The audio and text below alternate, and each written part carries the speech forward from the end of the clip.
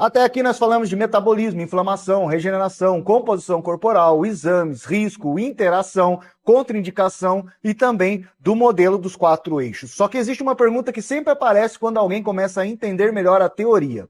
Como juntar tudo isso na prática do raciocínio? É exatamente para isso que servem os casos clínicos conceituais. Quando eu falo em caso clínico conceitual, não estou falando de prescrição, protocolo pronto ou decisão clínica individual. Eu estou falando de uma forma de pensar. É como pegar tudo que foi estudado e usar em um cenário hipotético para treinar leitura, interpretação e raciocínio. Em linguagem bem simples, caso clínico conceitual é um exercício de inteligência biológica. Ele ajuda você a sair da teoria solta e começar a organizar a informação dentro de uma situação mais parecida com a vida real. Porque na vida real, quase nunca o corpo entrega um problema isolado. O que ele entrega é um conjunto de sinais. Uma pessoa pode chegar com fadiga, composição corporal ruim, dificuldade de recuperação, exames mostrando alteração metabólica.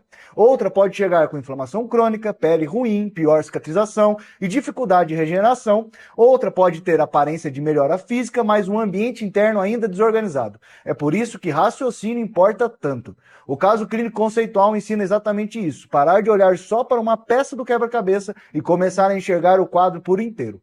Agora pensa comigo, se uma pessoa apresenta glicemia desorganizada, insulina alta, triglicerídeos alterados e aumento de gordura visceral, qual eixo começa a chamar mais atenção? Metabolismo. Mas se você parar aí, sua leitura ficou incompleta, porque talvez essa mesma pessoa também tenha inflamação crônica, sono ruim, pior recuperação e ambiente mais desgastado. Então, o eixo inflamatório também entra. E se a regeneração estiver ruim, a recuperação do tecido também estará pior. E se a composição corporal estiver desfavorável, isso passa a ser reflexo visível de um sistema mais desorganizado. É assim que o caso conceitual funciona. Te obriga a cruzar sinais. Esse é um ponto muito importante. A maior parte dos erros da leitura acontece quando a pessoa vê apenas um dado e já acha que entendeu tudo. Mas o organismo não fala por uma frase só. Ele fala por um padrão, ele fala por tendência, ele fala por combinações de sinais. Então, quando estudamos casos clínicos conceituais, a pergunta mais inteligente nunca é: qual molécula usar? A pergunta mais inteligente é: o que esse cenário está mostrando sobre o organismo? Isso muda tudo. Agora, vamos imaginar outro caso. Uma pessoa relata treino frequente, mas recuperação ruim. Dores persistentes, queda de desempenho, sono ruim e sinais inflamatórios mais altos. Talvez aqui o eixo da regeneração esteja pedindo atenção. Mas será que é só regeneração? Talvez não, porque sem bom metabolismo, o reparo fica pior. Sem inflamação bem controlada, o tecido sofre. Sem boa composição corporal, a estrutura funcional também é afetada. Então, mais uma vez, o caso mostra que nenhum eixo deve ser analisado sozinho. Esse é o valor desta aula. Ela ensina a pensar em sistema. Outro exemplo é, imagine uma pessoa com melhora visual no espelho, alguma perda de gordura, mas ainda com fadiga, irritabilidade, dificuldade digestiva e exames que sugerem ambiente mais estressado. E se alguém olhar só para a estética, pode achar que está tudo bom, está tudo ótimo, mas o caso conceitual ensina que melhora visual não é sinônimo de organização global. Talvez a composição corporal tenha melhorado, mas o metabolismo ainda esteja compensando demais. Talvez a inflamação não tenha caído, talvez a regeneração não esteja acompanhando bem. Então o quadro real pode ser mais complexo do que parece. Percebe como isso sobe o nível do raciocínio? Casos clínicos conceituais são úteis porque eles impedem uma leitura apressada. Eles forçam você a fazer perguntas melhores. Qual eixo parece mais comprometido? Quais sinais reforçam isso? Que outros eixos estão envolvidos? Esse é um problema principal, reflexo de um sistema maior. O ambiente biológico está melhorando ou só mudando de aparência? Há coerência entre sintomas, exames e contexto? Essas perguntas valem ouro no atendimento. Porque é exatamente assim que uma pessoa deixa de decorar a informação e começa a entender. Outra coisa importante é que o caso conceitual também ensina prioridade de leitura. Nem tudo tem o mesmo peso no mesmo momento.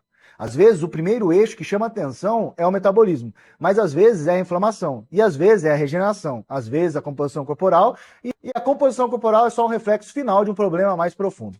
Então, o caso ajuda a entender o que parece causa, o que parece consequência e o que parece amplificador do problema. Isso é muito importante, porque sem essa noção a pessoa pode tratar consequência como se fosse causa. Por exemplo, alguém vê a gordura corporal alta e pensa só em déficit calórico, mas talvez exista ali uma resistência metabólica, inflamação, sono ruim, baixa massa muscular e recuperação ruim. Então a gordura é real, mas ela não é uma história toda, é só a parte que aparece mais fácil. Outro ponto central é que o caso clínico conceitual não serve para ensinar a adivinhar. Ele serve para ensinar a raciocinar com prudência. O objetivo não é sair dando certeza para tudo. O objetivo é aprender a organizar hipóteses, entender conexões e respeitar complexidade. Isso também é uma forma de maturidade. Porque muita gente quer respostas instantâneas, mas quem amadurece começa a aceitar que o corpo é uma rede que entender um caso depende de contexto, tendência e leitura integrada. Agora vamos pensar em um cenário de pele e reparo. Uma pessoa apresenta pior cicatrização, perda de qualidade cutânea, inflamação de baixo grau, sono ruim e metabolismo desorganizado. Se você olhar só para a pele, a leitura fica bem rasa. Mas, se usar o caso conceitual, percebe que a pele pode estar apenas mostrando um ambiente interno mais desorganizado. Inflamação ruim atrapalha reparo, metabolismo ruim atrapalha regeneração, sono ruim piora todo o sistema. Então, a pele vira um espelho do terreno biológico. Isso mostra outra grande vantagem dos casos conceituais. Eles treinam a visão sistêmica. Você para de perguntar onde está o problema e como se ele estivesse em uma gaveta isolada e começa a perguntar como esse sistema inteiro está se organizando. Essa troca de pergunta é muito poderosa. Também vale lembrar que caso clínico conceitual não é um exercício para decorar o perfil do paciente, ele é um exercício para treinar lógica. O que importa não é guardar um personagem fictício, o que importa é aprender a pensar. Se a pessoa tem fadiga, o que isso pode significar dentro dos eixos? Se tem pior recuperação, que eixo isso toca mais? Se tem exames alterados, como isso conversa com outros sintomas? Se a composição corporal está ruim, isso é ponto de partida ou resultado final? Essas perguntas constroem a sua visão. E a visão é o que separa alguém que repete informação de alguém que começa a entender fisiologia aplicada. Outra grande utilidade dessa aula é mostrar que sinais subjetivos e objetivos precisam conversar. Sinais subjetivos são o que a pessoa sente, como sono, fome, fadiga, humor, digestão, recuperação, energia. Sinais objetivos são exames, medidas, composição corporal, marcadores inflamatórios e dados mensuráveis. O caso clínico conceitual fica mais forte quando esses dois lados se encontram. Porque o erro é confiar só em um lado. Só sensação pode enganar, e só número também pode enganar. A leitura mais inteligente acontece quando você cruza os dados. Se eu tivesse que resumir essa aula em uma frase, eu diria assim: casos clínicos conceituais são ferramentas para treinar raciocínio integrado, ajudando a unir sintomas, exames, contextos e os 4 eixos em uma leitura mais madura do organismo. Essa frase resume muito bem essa aula.